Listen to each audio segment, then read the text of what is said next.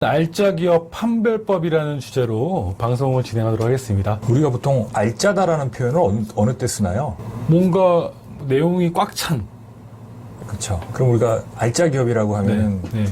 보통 어떤 기업을 우리가 직관적으로 알짜 기업이라고 할까요? 뭐 당연히 뭐 이익도 많이 나고 현금 보유도 많고 그런 기업이 아닐까요? 그냥 쉽게 말씀드리면 내실이 있는 기업. 네, 맞습니다. 저는 개인적으로 내실이 있는 기업보다도 더 의미를 두는 것 중에 하나가 유동성이 좋은 기업. 유동성에는 당연히 현금이겠네요. 유동성이 좋은 기업을 저는 보통 알짜 기업이라고 얘기합니다. 그래서 기업 간의 거래를 하는 경우에도 기업이 얼마나 현금 흐름이 양호하냐. 그 현금 흐름이 양호한 기업과의 이제 거래 조건을 정해야 될 거고, 법인 영업을 하시는 분들도 현금 흐름이 양호한 기업을 컨설팅 대상으로 했을 때 더 효능감이 높을 거 아니겠습니까? 그죠? 저희도 마찬가지죠. 네, 마찬가지죠. 네네. 제가 이제 몇 가지 그냥 비유로 저는 말씀드리면 사막에서 황금 물탱크보다 작은 생수 한 통이 더 소중하잖아요. 그럼요. 그리고 아무리 전쟁에서 좋은 전차를 보유하고 있더라도 포탄이 없으면 그건 고철이나 마찬가지 아니에요. 그렇죠. 철덩어리죠. 그만큼 이제 기업 활동에서 CEO들이 그 유동성에 대한 준비를 해놓는 것이 무엇보다 중요하다라고 저는 개인적으로 좀 생각을 하고 있고요. 네. 사실 이제 기업하면서 오너들이 가장 억울한 것 중에 하나를 꼽으라고 한다면 흑자부도를 예를 들 수 있을 거예요. 외형적으로는 매출이 상승하고 있고, 네. 매출이 막 비상하고 있고, 자산 가치도 막 상승하고 있고, 비상하고 있는데, 근데 이제 정작 정말 유동성에 우리나라 말로는 다 비상인데 여기 이 비상은 이제 이머전트라고 하죠. 비상이 걸리면 아이러니하게 기업은 이 흑자부도로 갈 수 있고, 개인들은 뭐예요? 이제 상속부도가 날 수도 있는 개연성도 있는 거죠. 맞습니다. 자산은 자산은 뭐 500억 있고 1000억 있는데 뭐 세금을 낼 만큼 유동성이 담보가 안 돼서 자기가 애지중지 키워온 자산들을 이제 처분해야 되는 이제 그런 상황들을 맞닥뜨릴 수 있는 거죠. 기업의 흑자부도 얘기를 한번 들어볼까요? 매출액이 원래 기업이 늘어나면, 외형이 늘어나면 거기에 따라서 현금 흐름도 같이 늘어나야 되는 거죠. 네.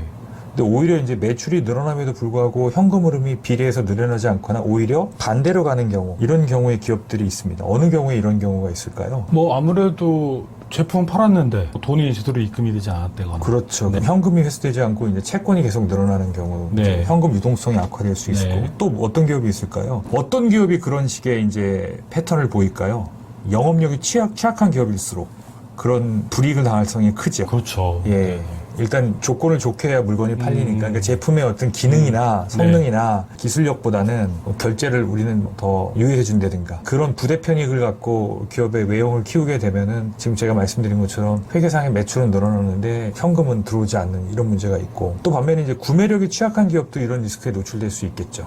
구매력이 취약하다는 건 무슨 말일까요? 현금 주고 사지 않으면 그 기업의 물건을 안 파는 거죠. 예, 그 기업이 워낙 뭐 구매력이 바잉 파워가 있다면 당연히 그 기업의 물건을 납품하는 데서 좋은 조건으로 납품을 하려고 하겠죠.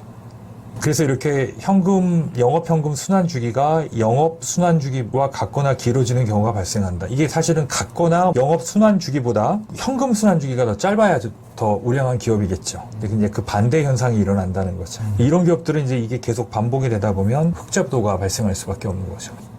인생의 흑자부도를 한번 얘기를 들어볼까요? 우리가 보통 이제 퇴직금 같은 경우 기업에서 지급을 못하면 사안에 따라서 이제 형사처벌을 받기도 하죠. 근데 이제 이 상속도 마찬가지입니다. 이제 상속세를 못 내면 국가가 이제 상속 재산을 공미처분해버리잖아요. 맞습니다. 네. 그래서 이 두 가지가 사실은 비슷한 점이 많이 있어요. 퇴직금도 워낙 한 번에 고액이 나가잖아요. 네. 그러니까 요즘은 이제 뭐 DC형이나 이렇게 매년 정산해서 주거나 아니면 별도로 이제 퇴직금을 쌓으면 그거에 대한 이제 여러 가지 혜택을 주는 형태가 돼 있죠. 그렇지만 이제 법인을 운영하시는 사업을 하시는 분들도 근로자를 고용하고 있다면 퇴직금은 언젠가는 반드시 나가야 될 급분 거죠. 확정 부채죠. 그렇죠. 네. 예. 지출이 확실하면 또 이게 거액일 가능성이 커요. 두 개 공통점을 제가 말씀드린 네. 거예요. 발생 시점에 대한 예측이 어렵죠. 상속도 내가 언제 죽을지, 기업도 내가 언제 일시에 퇴직금을 다 주는 상황이 될지에 대한 부분을 지금 예측하기는 쉽지 않죠. 네. 그 다음에 지급 의무를 이행하지 못할 때 생존 자체가 어렵다. 상속세 못 내면 아까 전부 다 개인 자산을 처분해야 되는 문제가 있으니까, 그래서 법적으로 퇴직금 같은 경우도 충당금을 쌓아라, 부채로 인식해 놓으라는 거죠. 그럼 마찬가지로 이제 상속세도 저 개인적으로는 자기가 낼 세금을 매년 부채로 인식을 해야 되는 거예요. 네, 이게 이제 한두 푼이 아니에요. 네. 내 인생의 마침표를 찍는 그 시기에 내가 평생 쌓아온 자산의 반이 세금인데 그거를 죽어서의 문제라고 방관하기에는 너무나 큰 사안 아니겠습니까? 상속세를 충당 그렇죠. 부채처럼 미리 그렇죠. 준비해라. 예. 그래서 저는 그런 의미에서 이제 상속 충당금도 쌓아야 된다고 늘 주장하는 사람이고. 상속 충당금. 그렇죠. 네. 이걸 회계에만 반영할 수 있다면, 회계에 반영하고 싶은 방법이 있다면 저는 반영했으면 좋겠어요. 어쨌든 우리나라 세제상에 50%라는 고율의 상속세율이 존재하고 그게 불만이라고 나는 인정 안 할 거야. 해보면 뭐 하겠어요. 중이 저리 싫으면 중이 떠나야지 저를 떠날 수 없는 거니까. 그래서 이제 이렇게 특정 시기에 어떤 개연성이 있는 사안에 대해서는 이제 보험이라는 재무적 수단으로 해결하라고 하는 또 이제 그런 방법적인 부분이 있는 거죠. 네. 예, 그래서 우리가 보통 회계에서 잠재적 빚주로 간주되는 채무를 우발채무라고 하잖아요. 네. 그죠? 그러니까 상속도 그런 이제 우발채무의 영역에 들어간다고 보고 상속세 납부에 필요한 현금이 부족하게 되면 이것도 이제 사실은 어떻게 보면 자산이라는 건 있음에도 불구하고 낼 돈이 없으니까 저는 이거를 그래서 이제 인생의 흑자부도라는 표현을 쓰기도 합니다. 그러면 이제 이 알짜 기업을 보는 방법에서 뭐 회계상으로 어떤 기업의 잉여금이 뭐 50억 있네, 40억 있네, 뭐 70억 있네 좋습니다. 어떻든 적은 것보단 좋아요. 네. 그런데 이제 그 이익이 진성이익이냐 가성이익이냐 어떤 게 진성이고 어떤 게 가성이익일 거라고 판단을 하세요? 결국 진성의 여부는 현금 보유의 문제겠죠. 네. 물론 이제 그럴 수도 있지만 이제 실제 이익이 난 거를 회계에 그대로 반영하면 이제 진성이익이고 사실은 적자인데도 불구하고 이익이 난 것처럼 회계 처리를 하다 보니까 실질은 이익이 아닌데 이익인 게 쌓인 게 이제 가성이익인 거죠. 분식이죠, 분식. 그렇죠. 예. 그러니까 어떤 해는 이익이 나고 어떤 해는 안 나고 근데 이익이 안 났다고 해서 안 났다고 신고할 수 없는 그런 구조적인 한계에 있는 기업들이 중소기업들이 많이 있잖아요. 그렇죠. 그래서 그게 이제 진성이익, 가성이익 다 이렇게 혼합돼서 이제 나타나는 거죠. 근데 이제 문제는 이 가성이익 비중이 높은 기업들이 네. 문제죠. 네. 어쨌든 같은 금액이라도 이 기업은 진성이익이 많은 거고 이쪽은 네. 가성이익이 많은 거죠. 네. 가성이익이 많다 보니까 이런 기업들 보면 이제 회수하지 못한 매출 채권이나 또는 가공의 매출 채권이 많이 있는 거고 실제 재고자산이라기보다는 가성 재고자산이 많은 거고요.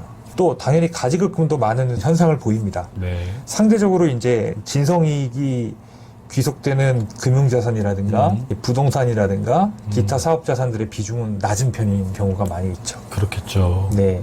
반면에 이제 없진 않아요. 저기 중소기업들 같은 경우도 이제 일정 부분 가성이익은 경우에 따라서 발생할 수 있습니다. 단지 그 비중이 작아서 진성이익에 희석될 뿐인 거죠. 자, 이런 기업들 같은 경우 대부분 이제 금융자산, 부동산, 사업용 자산들 비중이 높고요.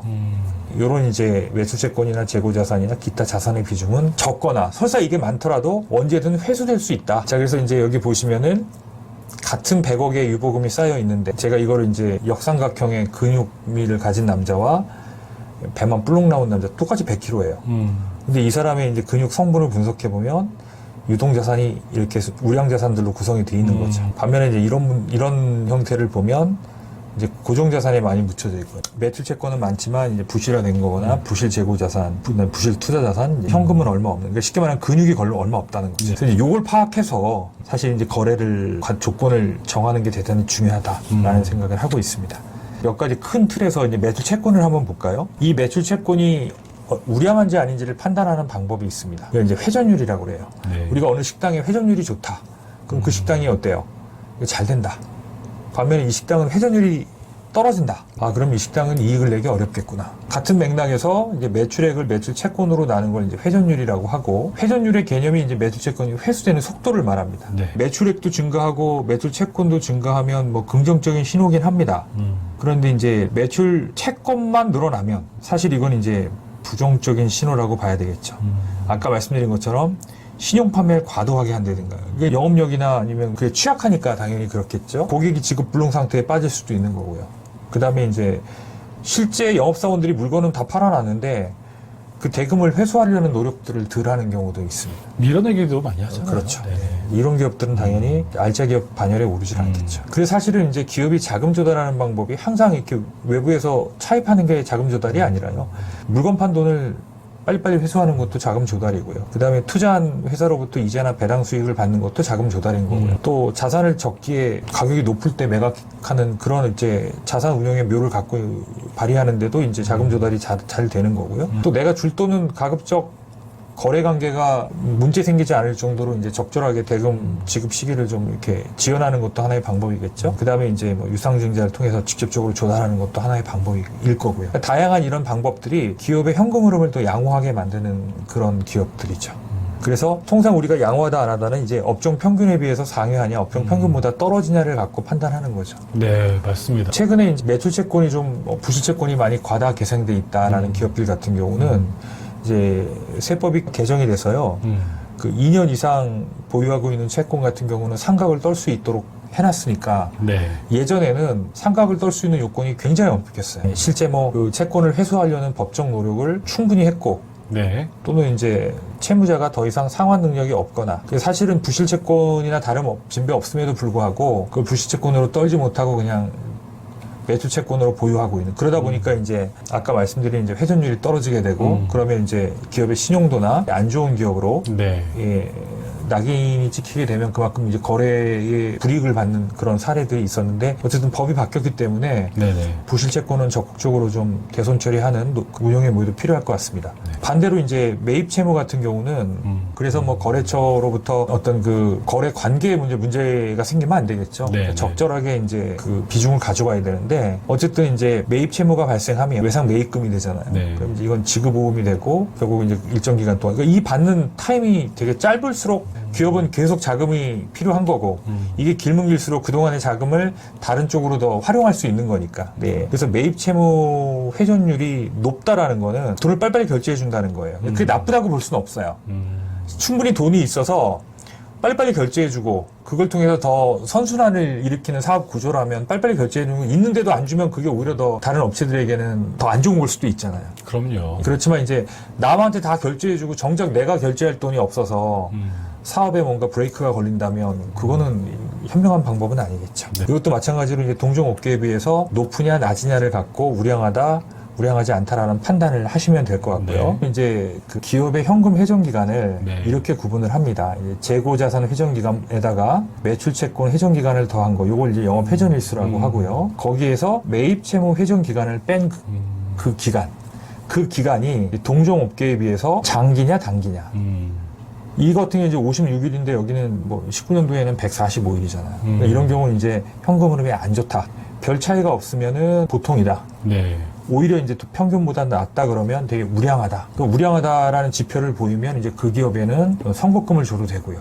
뭔가 외상 거래를 좀 기간을 두고 해도 디폴트 날 가능성이 거의 없는 이제 그런 기업이라고 볼 수 있겠죠. 이게 되게 중요한 지표입니다. 제일 중요하죠. 네, 그래서 이걸 한번 보고 저 기업하고 거래할 때 내가 현금 결제 기간이나 어떤 조건들을 어떻게 정할 것인가를 조금 더 한번 검토해 본다면 조금 더 물건을 열심히 팔아서 이익 내는 것도 중요하지만 그 판 대금을 회수하지 못해서 얻는 손실을 최소화할 수 있지 않나 네. 하는 생각이 듭니다. 그리고 마지막으로 이제 제일 중요한 부채 비율이죠. 부채 비율을 개선하는 방법으로 우리가 이제 보통 쓰는 것들이 증자, 자본금을 늘리는 거죠. 네, 네. 여기 기업부설 연구소는 왜 들어갔을까요? 연구소에서 쓰는 비용은 우리가 연구 개발비라고 하죠. 네. 여기 보면 연구 단계에 쓰는 비용, 개발 단계에 쓰는 비용, 연구비와 개발비가 합쳐진 겁니다. 그래서 보통 우리가 이제 연구 단계에 쓴 비용은 비용 처리가 되고 네. 개발 단계, 연구의 성과물을 갖고 개발을 하는 거니까 네. 개발 단계에서 쓰는 건 보통 비용이 아니라 자산으로 처리합니다. 근데 이제 연구소가 없는 경우 개발비로 처리하는 거는 회계상으로 좀 문제가 있어요. 그러니까 연구소를 만들어서 비용을 어떤 상황에 따라서 이제 연구비와 개발비로 나눠서 회계 처리할 수 있다. 그럼 개발비로 처리하면 이게 자산으로 들어가 있는 거잖아요. 네, 네. 그럼 그만큼 이익이 많이 난 것으로 회계 처리가 되잖아요. 네. 당연히 좋아지겠죠. 오늘은 알짜 기업 판별법이라는 주제로 오늘 강의를 진행해 주셨습니다.